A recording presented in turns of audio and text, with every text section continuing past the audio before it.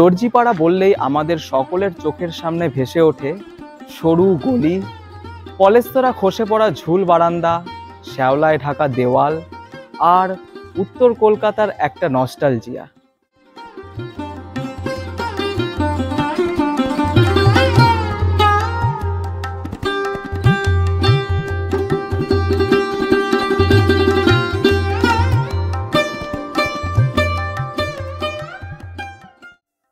কলকাতায় ইংরেজ শাসনকালে তখন পেশাভিত্তিকভাবে মানুষজনদের থাকার জায়গা ভাগ করা হচ্ছে। লোকমুখে শোনা যায় এই অঞ্চলে এককালে বহু মুসলিম দর্জির বসবাসের ফলে এই অঞ্চলের নাম হয়ে যায় দর্জিপাড়া।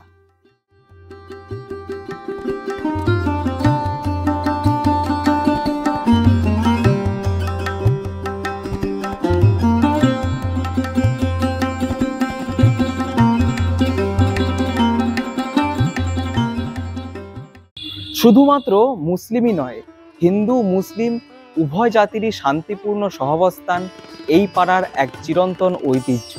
এই পাড়ায় অবস্থিত মিত্রবাড়ি। এখানকার দুর্গাপুজোর বয়স প্রায় 217 বছরেরও বেশি প্রাচীন। পুরোপুরি মহিলা দ্বারা পরিচালিত এবাড়ির দুর্গাপুজো এমনই এক বনেদি বাড়ির গল্প নিয়ে আমরা দিনলিপি পরিবার চলে এসেছি 19C নীলমণি মিত্র স্ট্রিট, দর্জিপাড়া মিত্রবাড়িতে।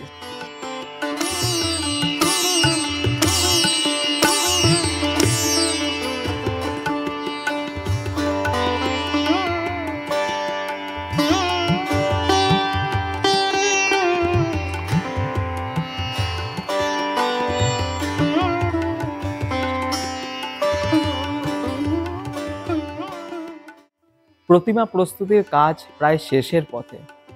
মৃন্ময়ী থেকে চিন্ময়ী হয়ে উঠছে উমা। মিত্রবাড়ি এখন অপেক্ষার দিন গুনছে। এই মুহূর্তে আমার সঙ্গে আছেন এই বাড়িরই মেয়ে অনুসূয়া মিত্র বিশ্বাস। আসুন আমরা তারই মুখ থেকে জেনে নিই এ বাড়ির ইতিহাস, ঐতিহ্য এবং নিয়মকানুন সম্পর্কে।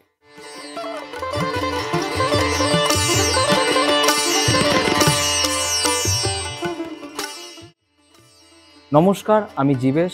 শুরু করছি এবারের আমাদের বিশেষ নিবেদন উমার গপ্প।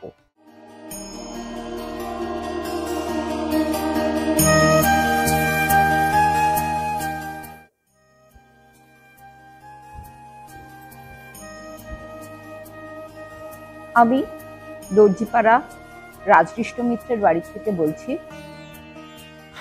অনুসূয়া মিত্র বিশ্বাস। আমাদের এই বাড়িতে দীর্ঘ 218 বছর ধরে মা দুর্গাকে আমরা আবাহন করে এসেছি। আমাদের পূর্বসূরীরা তারা মাকে ডেকেছেন, এনেছেন এবং আমরা সেটা নিরবিচ্ছিন্নভাবেই সেইভাবেই আমরা মাকে এখনো অবধি আবাহন করার চেষ্টা করি। এই পুজোর শুরুটা হয়েছে 218 বছর আগে রাধাকৃষ্ণ মিত্রের সময়। রাধাকৃষ্ণ মিত্র ছিলেন নীলমণি মিত্রের উত্তরসূরি। যে নীলমণি মিত্রর আমাদের বাড়ির রাস্তা যার নামে 19C নীলমণি মিত্র স্ট্রিট, সেই নীলমণি মিত্র। কিন্তু এই নীলমণি মিত্র ছিলেন আবার দুর্গাচরণ মিত্র, যার সেরেস্থায় সাধক রামপ্রসাদ কাজ করতেন, তার ভ্রাতুষ্পুত্র। কিন্তু তিনি নিজেও যথেষ্টই প্রথিতযশা ছিলেন এবং তিনি তখনকার ইংরেজ কোম্পানির আরবিট্রেটর ছিলেন। কোনো কারণে উনি বিরাগভাজন হন বা তারা এমন দুজনের সঙ্গে তার দুই পরিবারের মধ্যে তার বিবাদের মীমাংসা করতে বলেন, যারা দুজনেই তার অত্যন্ত পরিচিত, এবং তিনি সেটা না করতে চেয়ে ইংরেজ কোম্পানি তাকে বাধ্য করে বলে তিনি সমস্ত ছেড়ে দিয়ে বেনারস চলে যান। তিনি সেখানে মারা যান, তার ছেলেও সেখানে মারা যান। এবার তার বিধবা পুত্রবধূ তার সন্তানদের নিয়ে একা ওখানে না থাকতে পেরে এখানে চলে এসে দুর্গাচরণ মিত্রের আশ্রয়ে থাকেন। সেইখানে তার বড় ছেলে প্রাণকৃষ্ণ মিত্র খেলার ছলে কালী প্রতিমা তৈরি করেন, ছোট্ট কালী প্রতিমা, বাঁ পা এগোনো। তখন তারা খেতে পারতেন না, কিন্তু সেই কালী প্রতিমাকে আবাহন করার পরই আমাদের অবস্থার পরিবর্তন হয়।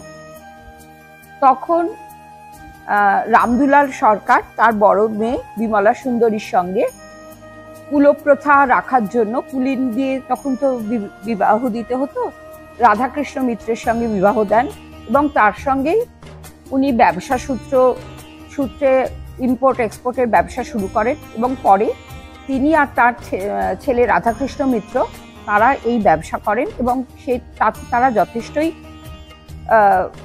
প্রসিদ্ধ হন এবং তাদের স্ট্যাচু বা ছবি পিবাডি মিউজিয়ামে, সালেমে এগুলোতে এখনো রয়েছে। যাই হোক, সেই যে পুজোটা শুরু করেন রাধাকৃষ্ণ মিত্র, তারপর থেকে আমরা সেই পুজোকে সেইভাবেই করে আসছি, সেই একই আঙ্গিকে একইভাবে। আমাদের বাড়ির পুজোর একটা বিশেষত্ব হচ্ছে কি, আমাদের বাড়ির পুজো কিন্তু কোনো ট্রাস্টেড পুজো না, এটা সম্পূর্ণই একটা পারিবারিক পুজো। মানে রাধাকৃষ্ণ মিত্রের অনেক ছেলের মধ্যে রাজকৃষ্ণ মিত্র পুজোর দায়িত্ব নেন বাকি সকলের সহযোগিতায়। তারপর তার একজনই ছেলে অমরেন্দ্র কৃষ্ণ মিত্র পুজোর দায়িত্ব পান। আবার অমরেন্দ্র কৃষ্ণ মিত্র বিভিন্ন ছেলের মধ্যে আমার দাদু মেজ ছেলে মানবেন্দ্র কৃষ্ণ মিত্র পুজোর দায়িত্বটা নেন। সকলে কিন্তু আমাদের সাহায্য করেন। এবার মানবেন্দ্র কৃষ্ণ মিত্রের 3 ছেলে, 3 জনের কারোরই কোনো পুত্র সন্তান না থাকায় এখন কিন্তু আমরা মেয়েরা এই প্রজন্মে পুরো পুজোর পরিচালনাটা দিই সবার সহযোগিতায়। সবাই আসেন, সবাই সহযোগিতায় আমরা এই পুজোর দায়িত্বটা নিয়েছি। তাই জন্য বলতে পারেন এখন আমাদের এই পুজোটা সম্পূর্ণভাবেই মহিলা পরিচালিত।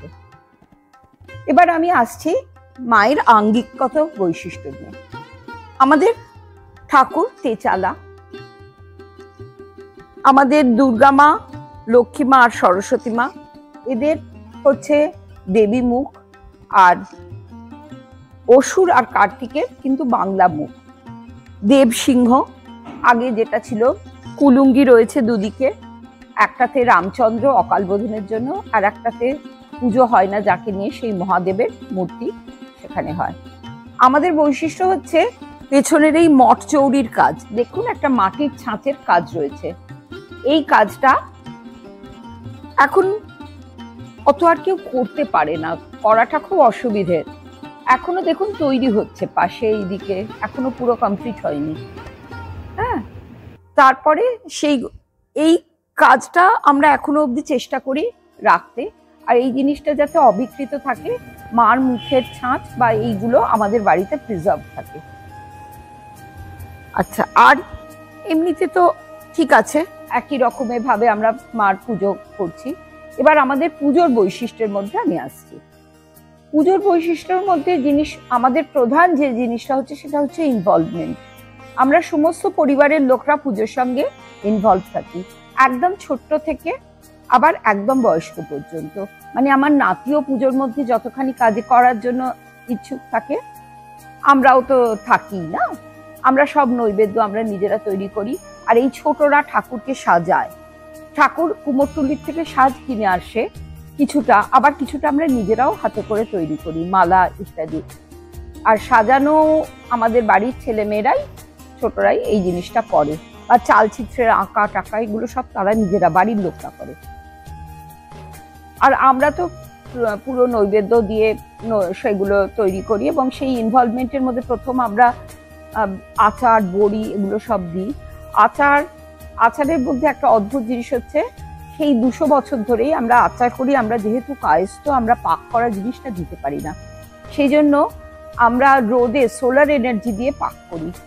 এখন এটা খুব স্বাভাবিক, কিন্তু তখনকার দিনেও আমরা এইভাবেই করে এসছি। আর আমরা এটা আমাদের পূর্বপুরুষদের কাছ থেকে আস্তে আস্তে শিখে নিয়েছি, কতটা গুড় দেবে, কতটা দেবে, কিরম ভাবে রোদের মধ্যে সেটাকে পাক করবে, এবং সেইভাবেই আমরা করছি। বা খিচুড়ি নৈবেদ্য যেটা হচ্ছে, সেটা আমরা ধরুন মুগের ডালকে ঘি মাখিয়ে রোদে নেড়ে সেটা ওই লালচে ভাজা মুগের ডালের মতো অবয়বটা এসে যায়, তখন আমরা সেটা দিয়ে খিচুড়ি নৈবেদ্য করি। তার পাশে কিন্তু আমাদের থাকে, ফল থাকে না, সমস্ত সবজি, চচ্চড়ি যা যা দিয়ে, কলার জায়গায় পাঁপড়, এইভাবে আমরা মাকে, আমরা যেভাবে নিজেরা খাই, নিজেরা যেটা করি, আমরা মাকেও সেইভাবেই করি। আমরা নিজেরা যেটা পছন্দ করি না, মাকেও সেটা দিই না। আর এবার আর একটা জিনিস হচ্ছে, আমাদের বৈশিষ্ট্য বলতে পারেন, নৈবেদ্যর মধ্যে মাখমের নৈবেদ্য আছে। মাকুমকে আমরা একদম কনিক্যাল শেপে একদম একটা শ্রীর মতো দেখতে লাগবে অনেকটা, কিন্তু সেটা আমরা করতে পারি, আমরা ওটা জানি কিভাবে করতে হয়, মানে সেটা এমনি মাখন আর মিশ্রি দেওয়া হয় না। আর আমরা যেহেতু নিজেরা পুরো কাজটাই করি, আমরা যতটা সম্ভব এটা নান্দনিকভাবে নৈবেদ্যগুলো ধরুন সবকিছু জিনিসটাই করতে চেষ্টা করি এবং মাকে সেইভাবেই নিবেদন করতে চেষ্টা করি। পুজোর দিক থেকে একটা বৈশিষ্ট্য হচ্ছে আমাদের সপ্তমী, অষ্টমী, নবমী 3 দিনই কুমারী পুজো হয়। আর আমাদের যেটা সন্ধি পুজোর সময় আমাদের অপরাজিতা দেওয়া হয়, পদ্মনা। 108 প্রদীপ তো সবারই আছে মোটামুটি। আর এমনিতে আমাদের বলি আগে ছিল, কিন্তু সেটা বন্ধ হয়ে গেছে। শুনেছি ছাগ শিশু আশ্রয় চেয়েছিলেন, কয়েকদিনই ছিলেন সেটা আমরা বুঝতে পারি, কারণ আমরা পুরনো খাতায় যেটা দেখে লিখি নৈবেদ্যগুলো, সেটাই লেখা আছে পাঁঠার পরিবর্তে চিনির নৈবেদ্য, এইভাবে লেখা। সেইভাবে আমরা সেইগুলো দেখে বুঝতে পারি। আর একটা হচ্ছে কি, আমরা অষ্টমীর দিনে একটা কল্যাণী পুজো করি, সেটাতে ছোট ছোট চিনির ছোট্ট ছোট্ট করে সারা থালায় অনেক চুড়ো চুড়ো করে নৈবেদ্য করা হয়। ওই যে ছোট ছোট যে চিনির চূড়োগুলো, সেগুলো আমাদের বাড়িরই সব সদস্য বা সমস্ত বন্ধু বান্ধব এইভাবে সবার মঙ্গল কামনা করে এক একটা দেয়া হয়। আর একদম মাঝখানেরটায় দেয়া হয় যে চেনা অচেনা, জানা অজানা সবার মঙ্গল কামনায় আমরা এই জিনিসটা মাকে নিবেদন করছি। আর একটা জিনিস হয়, আমাদের নবমীর দিনে হোম যেটা হয়, সেই হোমেতে কিন্তু আমরা হোমের অগ্নি প্রজ্বলিত করি। ঠাকুরমশাই করেন, কিন্তু সেটা আমরা অগ্নিটা ওনাকে প্রজ্বলিত করিয়ে দিই, বলতে পারেন আমাদের ধনুচির থেকে আমরা আগুনটাকে জ্বালিয়ে ওনাকে, উনি সেই আগুনটা দিয়ে হোম অগ্নিটাকে প্রজ্বলিত করেন, মানে আমাদের ইনিশিয়েশনেই তিনি পুরো জিনিসটা করছেন। এইটা আমার মনে হয় খুব একটা বেশি বাড়িতে হয়তো নেই, আমি তো ঠিক জানি না, কারণ আমাদের পুজো সম্পর্কে অভিজ্ঞতা আমাদের বাড়ির মধ্যেই সীমাবদ্ধ। আমরা কোনোদিন কোথাও যাইনি বা যাওয়ার ইচ্ছাও হয়নি। যাই হোক, তারপরে নবমীর দিন আমাদের প্রদক্ষিণ আছে মাকে। আর দশমীর দিনের কথায় আসছি, দশমীর দিনে আমাদের মাকে বরণ আমরা করি। মাছ মুড়ো লেজা খেয়ে যিনি বরণ করবেন, মাছ ভাত খেয়ে মুখে পান নিয়ে মাকে বরণ করতে নামি। বরণের পর কনকাঞ্জলির পর আমরা ঠাকুর সিংহাসনে বসি, মার দিকে রেখে, যে মা যে মাতৃস্বরূপা, আমরাও কিন্তু প্রত্যেকেই মেয়ে, তাই মার সেই মাতৃস্বরূপা সেই শক্তির যেন একটু তিনি আমাদের মধ্যে অনুরণিত করেন, যাতে আমরাও সেরকম সুন্দর পৃথিবীটাকে করতে পারি। আমাদের ছোট্ট সংসারটাকে সেরকম করলেই, ছোট ছোট সংসার দিয়েই সেই পৃথিবী, সেই সমাজ সেইভাবেই সুন্দরভাবে তৈরি হয়। আর তারপর ছেলেরা সকলে যায় ধুতি পরে, লাঠছড়ি হাতে, উড়ুনি নিয়ে, কাঁধে করে আমাদের ঠাকুর যান। আর আমি একটা জিনিস কিন্তু অনেক আগে আমার বলা উচিত ছিল, আমি বলিনি, মিস করেছি। সেটা হচ্ছে আমাদের রথের দিন কাঠামো পুজো হয়, তারপর আমাদের বাড়িতেই আমাদের ঠাকুর তৈরি হন। হ্যাঁ, সেইখান থেকে আমাদের পুজোর সূচনা।